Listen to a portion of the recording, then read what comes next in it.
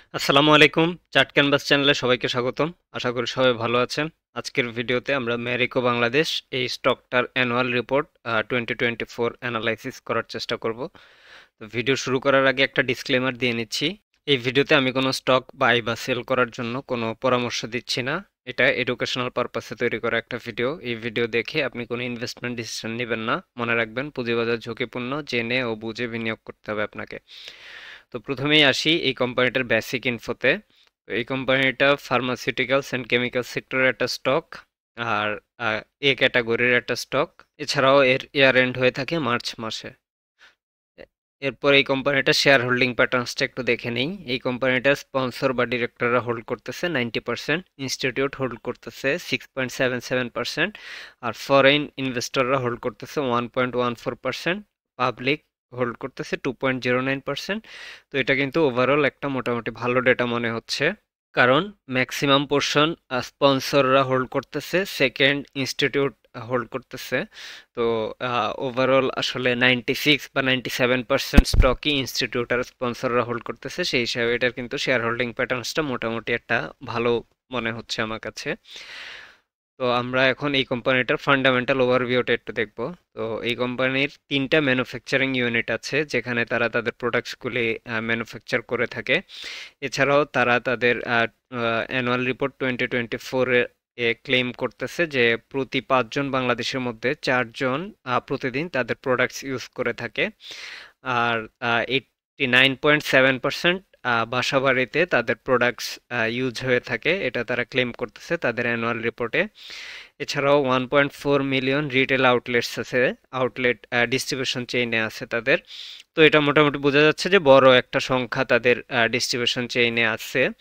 আর যেটার কারণে আমরা দেখতে পাই যে তাদের মেইন যে প্রোডাক্টগুলো, স্পেশালি তাদের প্যারাশুট নারিকেল তেল, এটা কিন্তু মোটামুটি প্রত্যন্ত অঞ্চলেও পাওয়া যায়। বোঝাই যাচ্ছে যে তাদের ডিস্ট্রিবিউশন চেইনটা খুবই স্ট্রং। এছাড়াও একটা প্রোডাক্ট প্রতি 5 জনের মধ্যে 4 জন যখন প্রতিদিন ইউজ করে, বোঝা যাচ্ছে যে সেই প্রোডাক্ট বা সেই কোম্পানিটার প্রোডাক্টের জনপ্রিয়তা বেশ ভালো। এবং বাসার মধ্যে অলমোস্ট 90% বাসাতে তাদের প্রোডাক্টস আছে, যেটাও খুব পজিটিভ একটা ডেটা ইন্ডিকেট করে। তো আমরা এখন এই কোম্পানিটার ফাইন্যান্সিয়াল পজিশনটা দেখব। ফাইন্যান্সিয়াল পজিশনে এই কোম্পানিটার টোটাল অ্যাসেটস 2024 সালে অ্যানুয়াল রিপোর্ট অনুযায়ী ছিল 1690 কোটি টাকা বা 91 কোটি টাকার মতো। আর তাদের টোটাল ইকুইটি ছিল 821 কোটি টাকার। আর তাদের টোটাল লায়াবিলিটিস ছিল 870 কোটি টাকা। তাদের ইকুইটি গ্রোথ 2023-এর তুলনায় 2024 সালে ছিল 128.93% বা 129% অলমোস্ট। তো আমরা এটা একটু অ্যানালাইসিস করে দেখলাম যে তাদের রিটেইন আর্নিংস বেড়ে গিয়েছে, কারণ হিসাবে আমরা যেটা দেখলাম যে 2024 সালে তারা আসলে তেমন একটা ডিভিডেন্ড পে করে নাই, ডলার সংকট বা বিভিন্ন কারণে সেটা হতে পারে। তো 2024 সালে তারা মাত্র 20 টাকার মতো ডিভিডেন্ড দিয়েছিল, যেখানে তাদের আর্নিংস ছিল 100 টাকার মতো বা 100 টাকা প্লাস আসলে। তো যদিও সেটা তারা পরে তাদের ফার্স্ট কোয়ার্টারে, 2024-এর যে ফার্স্ট কোয়ার্টার বা 24-25-এর যে ফার্স্ট কোয়ার্টার, সেই ফার্স্ট কোয়ার্টারে তারা মোটামুটি ভালো একটা ডিভিডেন্ড পে করে দিয়েছে। তো তখন হয়তো তাদের রিটেইন আর্নিংস কিছুটা কমে গিয়েছে, বাট ওভারঅল 2024 সালের মার্চ মাস পর্যন্ত অ্যানুয়াল রিপোর্ট অনুযায়ী তাদের ইকুইটি গ্রোথ ছিল 129%। তো তাদের বিজনেস পারফরমেন্সটা যদি দেখি আমরা, সেক্ষেত্রে তাদের গ্রোস প্রফিট মার্জিন কারেন্ট ইয়ারে ছিল 58.01% বা 58%। আর লাস্ট ইয়ারে সেটা ছিল অলমোস্ট 52%। আর 5 বছর আগে ছিল সেটা 49%। তো এইখানে দেখাই যাচ্ছে যে তাদের 5 বছর আগের তুলনায় লাস্ট ইয়ারে বেড়েছে এবং লাস্ট ইয়ারের তুলনায় কারেন্ট ইয়ারে বেড়েছে। তো এটা কিন্তু তারা তাদের gross profit margin day by day increase করতে পারতেছে, এটা একটা গুড সাইন। তারপর আমরা অপারেটিং প্রফিট মার্জিনটা যদি দেখি, এই কোম্পানিটা কারেন্ট ইয়ারে অপারেটিং প্রফিট মার্জিন ছিল 42.35%, লাস্ট ইয়ারে ছিল 36.35%, 5 বছর আগে সেটা ছিল 29.56%। তো এইখানেও তারা পজিটিভ ডেটা দেখাচ্ছে, যেটা ইনক্রিজ করেছে। সো এটাও কিন্তু একটা গুড সাইন। এখন আমরা তাদের নেট প্রফিট মার্জিনটা দেখব। নেট প্রফিট মার্জিন কারেন্ট ইয়ারে ছিল 31.71%, লাস্ট ইয়ারে সেটা ছিল 27.39%, আর 5 বছর আগে সেটা ছিল 23.08%। তো এটাও কিন্তু বেড়েছে। তো এইখানে তাদের যেই ম্যানেজমেন্ট কিন্তু মোটামুটি ভালো এফিসিয়েন্সি দেখাচ্ছে, যেটা তাদের ডেটা দেখলে বোঝা যাচ্ছে যে তাদের এই যে প্রফিট মার্জিন কিন্তু management day by day grow করতে পারতেছে, যে তাদের প্রফিট সেলে প্রফিটেবিলিটি মার্জিনটা বেড়ে যাচ্ছে, যেই কারণে আমরা এখন এই কোম্পানিটার বিজনেস গ্রোথটা একটু দেখব। বিজনেস গ্রোথে প্রথমেই যদি আসি, রেভিনিউ গ্রোথ। তো এই কোম্পানিটা লাস্ট ইয়ারে তার আগের ইয়ারের তুলনায় রেভিনিউ গ্রোথ ছিল 2.75%, আর 5 বছর আগের তুলনায় ইয়ার অন ইয়ার গ্রোথ ছিল 10.62%। তো এইখানে দেখা যাচ্ছে যে লাস্ট ইয়ারে তাদের রেভিনিউটা কমে গিয়েছে। তো এইটার রিজন হিসাবে আমাদের কাছে মনে হয়েছে যে লাস্ট ইয়ারে বা সমসাময়িক সময়ে বাংলাদেশি যে কনজিউমার বেজ আছে তাদের মধ্যে ইন্ডিয়ান প্রোডাক্টস বয়কটের একটা টেন্ডেন্সি দেখা যাচ্ছে, যেটার কারণেই হয়তো তাদের রেভিনিউ গ্রোথটা কমে গিয়েছে লাস্ট ইয়ারে। কিন্তু ওভারঅল আমরা যদি 5 ইয়ার্সের ইয়ার অন ইয়ার ডেটা দেখি, সেটা 10.62%, যেটা ভালো ছিল। বাট লাস্ট ইয়ারে যেটা কমে গিয়েছে, এখন এটা যদি তারা আবার রিভাইভ করতে পারে বা রিকভার করতে পারে, সেটা তাদের জন্য খুব ভালো একটা ব্যাপার হবে। আর সেটা না করতে পারলে ম্যানেজমেন্ট সেটাকে কিভাবে হ্যান্ডেল করে সেটাও আমাদের দেখতে হবে। তো এবার আমরা এই কোম্পানির গ্রোস প্রফিট গ্রোথটা একটু দেখি। গ্রোস প্রফিট গ্রোথ লাস্ট ইয়ারে ছিল 15.02%, 5 বছর আগে সেটা ছিল 14.42%। তো দেখা যাচ্ছে যে এইখানে গ্রোস প্রফিট গ্রোথটা কিন্তু এই কোম্পানি তাদের ইনক্রিজ করতে পেরেছে। ম্যানেজমেন্ট কিন্তু এইখানে তাদের ম্যানেজমেন্টের ইফিসিয়েন্সির একটা প্রমাণ বা একটা রিফ্লেকশন দেখাচ্ছে এই গ্রোস প্রফিট মার্জিন গ্রোথের মধ্যে। তো আমরা এই ডেটাটাতে একটা ডিপ ডাইভ করে যেটা দেখলাম যে এইখানে ম্যানেজমেন্ট তাদের কস্ট অফ গুডস সোল্ড কমাতে পেরেছে।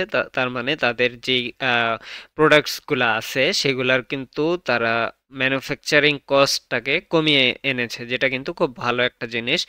যে এই কোম্পানি তাদের টাফ টাইমে তাদের যেই প্রোডাক্টস আছে সেটার ম্যানুফ্যাকচারিং কস্ট কমাতে সক্ষম হয়েছে। এটার পেছনে অবশ্য বিভিন্ন রিজন থাকতে পারে, কারণ আমরা দেখতে পাচ্ছি যে গ্লোবালি কমোডিটির প্রাইস একটু কমতেছে। সো এটারও হয়তো রিজন থাকতে পারে। বাট এই কোম্পানির ম্যানেজমেন্ট যে একই সাথে এফিসিয়েন্সি দেখাচ্ছে, সেটা হয়তো আমরা সামনের ডেটাগুলো দেখলেই দেখতে পারবো। তো আমরা এই কোম্পানিটার অপারেটিং প্রফিট গ্রোথটা যদি দেখি, লাস্ট ইয়ারে সেটা ছিল 19.72%, তার আগে 5 বছর আগের সেটা ইয়ার অন ইয়ার গ্রোথ ছিল 18.87%। তো এইখানেও আমরা দেখলাম যে এই কোম্পানি লাস্ট ইয়ারে তাদের যে সেলস অ্যান্ড ডিস্ট্রিবিউশন কস্ট সেটাও তারা কমাতে সক্ষম হয়েছে। তো এটা কিন্তু একটা মোটামুটি ভালো জিনিস ইন্ডিকেট করে যে টাফ টাইমে কোম্পানি তাদের সেলস অ্যান্ড ডিস্ট্রিবিউশন কস্ট কমিয়ে তাদের রেভিনিউটা ধরে রাখতেছে। যদিও রেভিনিউ গ্রোথটা একটু কমে গিয়েছে, যেটা হয়তো বা আসলে তাদের সেলস অ্যান্ড ডিস্ট্রিবিউশন এফিসিয়েন্সি ল্যাকের জন্য না, আমি বলবো যে যেটা হয়তো বা কনজিউমার বেসের যেই একটা সেন্টিমেন্ট চেঞ্জ হয়ে যাওয়ার কারণে হয়েছে, যেটা আশা করব আমরা খুব দ্রুতই সেটা হয়তো ঠিক হয়ে যাবে। তো এইখানেও আমরা অপারেটিং প্রফিট গ্রোথটা ইনক্রিজ করেছে এটাই দেখতে পাচ্ছি। তারপর নেট প্রফিট গ্রোথটা যদি দেখি, লাস্ট ইয়ারে সেটা ছিল 18.95%, আর 5 বছর আগে সেটা ছিল 17.88%। এটা ইয়ার অন ইয়ার গ্রোথ 5 বছর আগের থেকে কারেন্ট ইয়ারে যে গ্রোথটা। তো এইখানে দেখা যাচ্ছে যে এই কোম্পানিটা এই ডেটাটাকেও ইনক্রিজ করতে পেরেছে। সো বটম লাইন গ্রোথ যদি অলমোস্ট 19 বা 20% করে বাড়ে, তো বোঝাই যাচ্ছে যে এই কোম্পানিটা খুব ইফেক্টিভ এফিসিয়েন্সির প্রমাণ দিচ্ছে তাদের ম্যানেজমেন্ট। তো এইখানে জাস্ট রেভিনিউ গ্রোথটা যদি ধরে রাখা যায় আগের মতো করে, লাইক 10% বা 8% করে যদি ধরে রাখা যায়, সেটা কিন্তু এই কোম্পানির জন্য, যে কোম্পানি নেট প্রফিট গ্রোথটাকে বা বটম লাইন গ্রোথটাকে খুব সিগনিফিক্যান্ট আকারে বাড়াতে সক্ষম হচ্ছে। তো তারা যদি আসলে যেই রেভিনিউ গ্রোথ এটাও যদি আগের জায়গায় ধরে রাখতে পারে, সেক্ষেত্রে খুব ভালো নেট প্রফিট গ্রোথটা পাওয়া যাবে হয়তোবা। যাই হোক, এখন এই পর্যায়ে আমরা এই কোম্পানিটার ডেট অ্যানালাইসিস একটু দেখে নেব। সো এই কোম্পানিটার ডেট টু ইকুইটি রেশিও ছিল 0.05%। তার মানে আসলে প্রতি 100 টাকা ইকুইটির এগেনস্টে এই কোম্পানিটার ডেট আছে 5 পয়সা। সো এটা কিন্তু খুব ভালো একটা নাম্বার। আর তারপরে এই কোম্পানিটার ডেট কভারেজ রেশিওটা আমরা একটু দেখবো। সেখানে দেখতে পাচ্ছি যে এই কোম্পানিটার ডেট কভারেজ রেশিও ছিল 25.67 টাকা, যেটাকে যদি আমি একটু সহজ করে বলি, তার মানে প্রতি 25 টাকা বা 26 টাকা অলমোস্ট রেভিনিউ জেনারেট করার পর তাদের 1 টাকা ফাইন্যান্সিয়াল কস্টে চলে যাচ্ছে। তো এটাও কিন্তু খারাপ না, মোটামুটি ভালো একটা নাম্বারে বলা যাচ্ছে। নেক্সট আমরা এই কোম্পানিটার ডিস্ট্রিবিউশন, আর্নিংস ডিস্ট্রিবিউশনটা একটু দেখব। তো আর্নিংস ডিস্ট্রিবিউশনে এই কোম্পানিটার dividend payout ratio current ইয়ারে বা 2024 যেটা অর্থ বছর শেষ হয়েছে মার্চ মাসে, তো ওই সময় ছিল 13.68%। তো এই সময় দেখা গিয়েছে যে তাদের ইপিএস খুব ভালো ছিল, বাট তারা ডলার সংকট বা বিভিন্ন কারণে ডিভিডেন্ড দিয়েছে মাত্র 20 টাকা, যেটা যদিও তারা পরের বছর বা কারেন্ট যে ইয়ারটা চলতেছে এই ইয়ারের জুলাই মাসের যে ফার্স্ট কোয়ার্টারটা গেল সেই ফার্স্ট কোয়ার্টারে কিন্তু তারা খুব ভালো একটা ডিভিডেন্ড পে করে দিয়েছে, 100 টাকার মতো একটা ডিভিডেন্ড দিয়েছে। তো যেটা হয়তো সামনের বছরে তাদের আর্নিংস ডিস্ট্রিবিউশন বা ডিভিডেন্ড পে আউট রেশিওটা বেড়ে যাবে। তো এর আগের বছর 2023 সালে সেটা ছিল earnings dividend payout ratio ছিল 61%, আর 5 বছর আগে ছিল সেটা 101.2%। তো এটাকে কিন্তু এই বছরও এক্সপেক্ট করা যায়, মানে 2024-25 অর্থ বছরও হয়তো সেটা 100+ হয়ে যাবে, কারণ আগের বছরের ডিভিডেন্ডটা 2024-25 অর্থ বছরে হয়তো পে করে দিবে, এমনটাই আমার এক্সপেকটেশন। তো এটা কিন্তু কারেন্ট ইয়ারে কমে গিয়েছে, বাট এটা নিয়ে হয়তো খুব বেশি বদার্ড হওয়ার কিছু নাই, কারণ আমাদের ডলার সিচুয়েশনটা একটু ইমপ্রুভ করলেই এরা আমার ধারণা গত বছরের ডিভিডেন্ডটাও আস্তে আস্তে পে করে দিবে। তো এবার আমরা এই কোম্পানিটার ম্যানেজমেন্টের এফিসিয়েন্সিটা একটু দেখি। সো ম্যানেজমেন্ট এফিসিয়েন্সি যদি দেখি আমরা, আরওইটা ফার্স্টে যদি দেখি, এই কোম্পানির কারেন্ট আরওই 56.11%, তো যেটা কিন্তু মোটামুটি একটা ভালো নাম্বার। আর আরওসিই 71.03%। আমার ধারণা এটা একটু কমেছে লাস্ট ইয়ারের তুলনায়, কারণ লাস্ট ইয়ারে আমার যতটুকু মনে পড়ে সেটা 100-এর কাছাকাছি বা 100+ ছিল, বাট এটা হয়তো বা তাদের যেহেতু রেভিনিউ কমে গিয়েছে যেটার কারণে আরওসিইটা কমেছে। এবার আমরা এই কোম্পানিটার ক্যাশ ফ্লো অ্যানালাইসিস দেখব। ক্যাশ ফ্লো অ্যানালাইসিসে প্রথমে যদি ফ্রি ক্যাশ ফ্লো গ্রোথটা দেখি, এই কোম্পানির লাস্ট ইয়ারের তুলনায় এই বছর ফ্রি ক্যাশ ফ্লো গ্রোথ ছিল -52.42%, আর 5 বছর আগের তুলনায় প্রতি বছর year on year free cash flow generation ছিল -6.53%। তো যেটা তাদের আসলে বোঝাই যাচ্ছে যে এই কোম্পানির তাদের ফ্রি ক্যাশ ফ্লো কমে গিয়েছে বা কমে যাচ্ছে। তো এবার আমরা এই কোম্পানিটার রেভিনিউ ব্রেকডাউন ক্যাটাগরি ওয়াইজ দেখে নেব। 2024 আর 23 সালের ডেটাটা দেখবো একই সাথে, 2023-এর এগেনস্টে 24-এ গ্রোথ কত পার্সেন্ট ছিল সেটা আমরা দেখে নেব। প্রথমেই দেখি যে প্যারাশুট নারিকেল তেল যেটা, সো প্যারাশুট নারিকেল তেলে 2024 সালে তাদের টোটাল রেভিনিউ এসেছিল 860 কোটি টাকার মতো, আর 2023 সালে যেটা ছিল 857.6 কোটি। সো এই প্যারাশুট নারিকেল তেলে তাদের গ্রোথ ছিল 0.2% লাস্ট ইয়ারের তুলনায়। আর তাদের ভ্যালু অ্যাডেড হেয়ার অয়েল আর হেয়ার কালার যেটা, এটাতে 2024 সালে তাদের রেভিনিউ এসেছিল 427.60 কোটি টাকা, আর 2023 সালে যেটা ছিল 409 কোটি টাকা। সো এইখানে তাদের গ্রোথ ছিল 4.55%। এরপর তাদের বেবি সেগমেন্ট এবং হেলথ অ্যান্ড বিউটি যেই সেক্টরটা, এই সেগমেন্টে এসেছে তাদের 2024 সালে 110.10 কোটি টাকা, আর 2023 সালে যেখানে ছিল 87.4 crore টাকা। তো এই ক্ষেত্রে এই জায়গায় আমরা দেখতে পাচ্ছি যে তাদের গ্রোথটা 25.97 বা অলমোস্ট 26% বেড়ে গিয়েছে। তো এখানে বলে রাখা ভালো যে 2024 সালে তারা কিন্তু বেবি সেগমেন্টে বেশ কয়েকটা প্রোডাক্ট লঞ্চ করেছে, নতুন প্রোডাক্ট, যেটা তাদের রেভিনিউ বেড়েছে। আর এরপর আদার্স অন্যান্য যেই টোটাল বাকি যা আছে ওইগুলাতে তাদের 2024 সালে রেভিনিউ এসেছিল 55.4 crore টাকা, আর 2023 সালে সেটা ছিল 59.6 crore টাকা। তো এইখানে তাদের 6.88% ডিগ্রোথ হয়েছে। তো এইখানে আমরা দেখতে পাচ্ছি যে এই কোম্পানিটা নিয়ে আমরা যেটা বলতেছিলাম যে এই কোম্পানিটার মেজর একটা প্রোডাক্ট হলো প্যারাশুট নারিকেল তেল। তো ওইটার উপর যদি শুধু ডিপেন্ডেন্ট থাকতো সেক্ষেত্রে আসলে এই কোম্পানিটার একটু প্রবলেম ছিল, যে আসলে একটা প্রোডাক্টের উপর ডিপেন্ডেন্ট থাকলে যেটা আসলে খুব ভালো কিছু ইন্ডিকেট করে না, একটু ডাইভার্সিফিকেশন থাকা উচিত। বাট আমরা দেখতে পাচ্ছি যে রিসেন্ট ইয়ারগুলোতে তারা কিন্তু অন্য সেক্টরগুলোতেও ডাইভার্সিফাই করার চেষ্টা করতেছে, যেমন ভ্যালু অ্যাডেড হেয়ার অয়েল এবং এই যে বেবি সেগমেন্ট বা হেলথ অ্যান্ড বিউটি যে সেগমেন্টটা, এই সেগমেন্টগুলোতে তাদের রেভিনিউ একটা মোটামুটি ভালো অ্যামাউন্ট গ্রো করতেছে, এটা আমরা তাদের ডেটা দেখলে বুঝতে পারতেছি। এবার আমরা এই কোম্পানিটাকে মিউচুয়াল ফান্ডগুলা কি পরিমাণ হোল্ড করে সেটা আমরা দেখে নেব। সো এখানে বলে নিচ্ছি যে এইখানে ডেটাটা জুন 30, 2024 পর্যন্ত দেয়া আছে। তো প্রথমেই ভিআইপিবি এনএলআই ফার্স্ট মিউচুয়াল ফান্ড এটা দেখে নেই। তো এটাতে তাদের অ্যাভারেজ কস্ট 2,394 টাকা 35 পয়সা করে তারা অ্যাভারেজ ম্যারিকো কিনেছে এবং তাদের পোর্টফোলিওর টোটাল 9.99% তারা ম্যারিকো হোল্ড করতেছে। এছাড়াও শান্তা ফার্স্ট ইনকাম ইউনিট যেই মিউচুয়াল ফান্ডটা, সো এরা অ্যাভারেজ 2,436 টাকা বা 2,437 টাকার মতো করে অলমোস্ট তারা এই স্টকটা কিনেছে এবং তারা তাদের পোর্টফোলিওর 9.75% ম্যারিকো হোল্ড করতেছে। আর আইডিএলসি শরিয়া ফান্ড, এই ফান্ডটা 2,418 টাকা 71 পয়সা করে ম্যারিকো এভারেজ কস্টে কিনেছে এবং তারা তাদের পোর্টফোলিওর 11.15% হোল্ড করতেছে ম্যারিকো। আর ইউসিবি তাকোয়া ফান্ডটা, এই ফান্ডে অলমোস্ট 2,450 টাকা করে ম্যারিকো কিনেছে এবং তারা তাদের পোর্টফোলিওর 8.22% ম্যারিকো হোল্ড করছে। তো এইখানে যেই টোটাল অ্যাভারেজ কস্টগুলো আছে এর মধ্যে মিনিমাম ভিআইপি বিটটা ছিল 2,394 টাকা 35 পয়সা করে কিনেছে এবং ম্যাক্সিমাম ছিল তাকোয়া, ইউসিবি তাকোয়া, যারা অলমোস্ট 2,450 টাকা করে কিনেছে। তো আমরা এই দুইটা ভ্যালুর যদি মিড পয়েন্টটা বের করি সেটা ছিল মিডিয়ান ভ্যালু, সো যেটা দাঁড়ায় 2,221 টাকা 89 পয়সা। সো তারা মিডিয়ান এই রেটে তারা কিনেছে। আর কারেন্টলি লাস্ট ট্রেড প্রাইস মার্কেটে 2,298 টাকা 50 পয়সা। তো বোঝা যাচ্ছে যে তাদের মিনিমাম ভ্যালুর চাইতেও কারেন্টলি এর চাইতে কম টাকায় ট্রেড হচ্ছে মার্কেটে। আচ্ছা, এবার আমরা এই কোম্পানিটার ভ্যালুয়েশনটা একটু দেখব। সো ভ্যালুয়েশনে প্রথমে আমরা যদি পি রেশিও দেখি, কারেন্টলি এই কোম্পানিটার পি রেশিও দেখা যাচ্ছে 10.49, আর যেটা কিন্তু খুব ভালো একটা ডেটা, কারণ ম্যারিকোর পি ম্যাক্সিমাম টাইমে কিন্তু 15-এর উপরে ছিল আমার জানা মতে।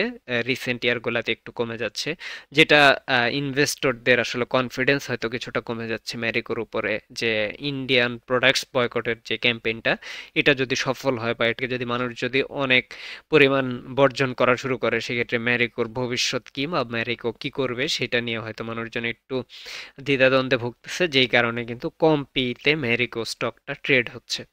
তো এরপর যদি আমরা ফ্রি ক্যাশ ফ্লো মাল্টিপলটা যদি দেখি, এই কোম্পানিটা ফ্রি ক্যাশ ফ্লো মাল্টিপল 55.28%, তো এটাও কিন্তু মোটামুটি ভালো একটা ডেটাই মনে হচ্ছে। আর 5 বছরের ডিসিএফ রেভিনিউ এক্সিট মডেলে যদি আমরা এর ভ্যালুয়েশনটা দেখি, তো যেটা দাঁড়ায় 2914 টাকা 50 পয়সার মতো অলমোস্ট। সো এই হিসাবে কারেন্টলি এই কোম্পানিটা 26% বা 27%-এর মতো আন্ডার ভ্যালুড অবস্থায় আছে। তো আমরা এবার এই কোম্পানিটার 2019-এর জুন মাস থেকে কারেন্ট মাস পর্যন্ত আমরা তার যেই পি রেশিও এটা একটু দেখে নেব, পি হিস্ট্রিটা। তো আমরা এখানে দেখতে পাচ্ছি যে জুন 2019-এর দিকে তার পি ছিল অলমোস্ট 20-এর কাছাকাছি। তারপর সেটা 2021 সালের দিকে সেটা বেড়ে অলমোস্ট 23-24-এর কাছাকাছি চলে গিয়েছে। তারপর থেকে এই কোম্পানিটার পি কিন্তু কন্টিনিউয়াসলি কমতেছে। রিসেন্ট ইয়ারগুলোতে এসে আমরা যেটা বললাম যে অলমোস্ট 10 পয়েন্ট সামথিং এ চলে এসেছে। সো দেখাই যাচ্ছে যে এই কোম্পানিটার পি কিন্তু কন্টিনিউয়াসলি কমতেছে। তো এবার আমরা এই কোম্পানিটার স্ট্রেংথ অ্যান্ড অপরচুনিটিস গুলো একটু দেখব। স্ট্রেংথ অ্যান্ড অপরচুনিটিসে প্রথমেই যেটা আসে যে এই কোম্পানিটার কিন্তু ম্যানেজমেন্ট খুব ভালো লেভেলের এফিসিয়েন্সি দেখাচ্ছে, যেটা আমরা তাদের ফাইন্যান্সিয়াল ডেটাতে দেখতে পেয়েছি অলরেডি। এরপর এই কোম্পানিটা তারা তাদের প্রোডাক্টটাকে ডাইভার্সিফাই করার চেষ্টা করতেছে, এটা একটা গুড সাইন। একটা প্রোডাক্টের উপর ডিপেন্ডেন্ট থাকাটা অনেক বেশি রিস্কি, এখন যেহেতু তারা মাল্টিপল সেগমেন্টে মাল্টিপল প্রোডাক্ট দিয়ে প্রোডাক্টটাকে ডাইভার্সিফাই করার চেষ্টা করতেছে, যেটা কিন্তু একটা পজিটিভ ইন্ডিকেশন দিচ্ছে। তো এরপর এই কোম্পানিটার একটা ভালো প্রোডাকশন লাইন আছে, যে তাদের 3টা প্রোডাকশন ইউনিট আছে, যেখানে তারা দাবি করে যে তারা বাংলাদেশে 99% প্রোডাক্ট ম্যানুফ্যাকচার করে থাকে। সো সেক্ষেত্রে কিন্তু তাদের ওইভাবে ইম্পোর্ট কস্ট কিন্তু তেমন একটা হচ্ছে না, বাট তাদের তারপরেও কিছু র মেটেরিয়ালস হয়তো ইম্পোর্ট করতে হয়।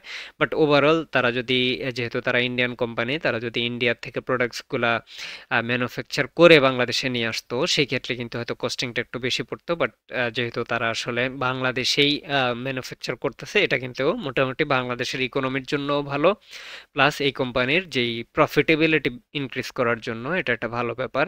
তো এরপর এই কোম্পানিটা কিন্তু তাদের ডিস্ট্রিবিউশন চেইনটাকে ইমপ্রুভ করার চেষ্টা করতেছে। অলরেডি কিন্তু তাদের মোটামুটি ভালো একটা ডিস্ট্রিবিউশন চেইন আছে। তো ওইটা যদি তারা আরো ইমপ্রুভ করতে পারে, যেটা তাদের জন্য খুব ভালো হবে, তাদের নতুন যে প্রোডাক্টগুলো আসতেছে সেইগুলোও কিন্তু তারা এই সেম ডিস্ট্রিবিউশন চেইন ইউজ করেই কিন্তু ডিস্ট্রিবিউট করতে পারবে, যেটা ওভারঅলি কিন্তু তাদের জন্য খুব ভালো একটা ব্যাপার হবে। তারপর এই কোম্পানিটা তাদের কিন্তু কনজিউমারদের উপর নিয়মিত সার্ভে করে তারা তাদের প্রোডাক্টস এবং ব্র্যান্ডকে এক্সটেন্ড করে, অথবা কোনো প্রয়োজন পড়লে সেটা কিন্তু মডিফাই করার চেষ্টা করে। সো এটা কিন্তু একটা ভালো দিক যে এই কোম্পানিটা তাদের কনজিউমার যারা, তাদের ব্যাপারটা কন্টিনিউয়াসলি চিন্তা করে এবং তাদের ব্যাপারটা মাথায় রেখে তাদের কথা শুনে তাদের মতামত অনুযায়ী প্রোডাক্ট ডিজাইন করার চেষ্টা করে। যে এবার আমরা এই কোম্পানিটার রিস্ক অ্যান্ড চ্যালেঞ্জেসগুলো একটু দেখে নেব। সো প্রথম রিস্ক যেটা, যে বাংলাদেশি মানুষজনের ইন্ডিয়ান প্রোডাক্টসের প্রতি সেন্টিমেন্ট একটু চেঞ্জ হয়ে যাচ্ছে, যেটা কিন্তু এই কোম্পানিটার জন্য একটা বড় রিস্ক বা চ্যালেঞ্জ এই মুহূর্তে। যে বাংলাদেশি মানুষজন যদি আসলে ইন্ডিয়ান প্রোডাক্টস বয়কট করা শুরু করে, এবং যেটা অলরেডি শুরু করে দিয়েছে, বাট এটা যদি কন্টিনিউয়াসলি চলতে থাকে, সেই ক্ষেত্রে এই কোম্পানিটার রেভিনিউ হয়তো সিগনিফিক্যান্ট হারে কমে যেতে পারে। তো এজন্য আসলে এটাকে আমরা এই কোম্পানিটার জন্য একটা রিস্ক বলতেছি। এরপর এই কোম্পানিটার যেহেতু কিছু ইম্পোর্ট রিলেটেড ব্যাপার থাকে, এছাড়াও তাদের যেহেতু ডিরেক্টরস 90%ই দেশের বাইরের বা ইন্ডিয়ান মেরিকো যেটা সেটা, তো এই ক্ষেত্রে তাদের কিছু ফরেন এক্সচেঞ্জ থাকে, যেটাতে কিন্তু এই যে ডলার কস্ট যেহেতু এখন মোটামুটি এখন স্টেবল, বাট আগের বছরগুলোতে বা রিসেন্ট টাইমে এখনো পুরোপুরি স্টেবল হয়ে গেছে বলা যায় না, বাট যেহেতু একটু আনস্টেবল, সেক্ষেত্রে আসলে ফরেন এক্সচেঞ্জ লস কিছুটা হওয়ার একটা চান্স থেকে যায়। বাট স্টেবল হয়ে গেলে সেক্ষেত্রে এই জায়গায় আর ফরেন এক্সচেঞ্জ লস হওয়ার পসিবিলিটি কমে যাবে আর কি।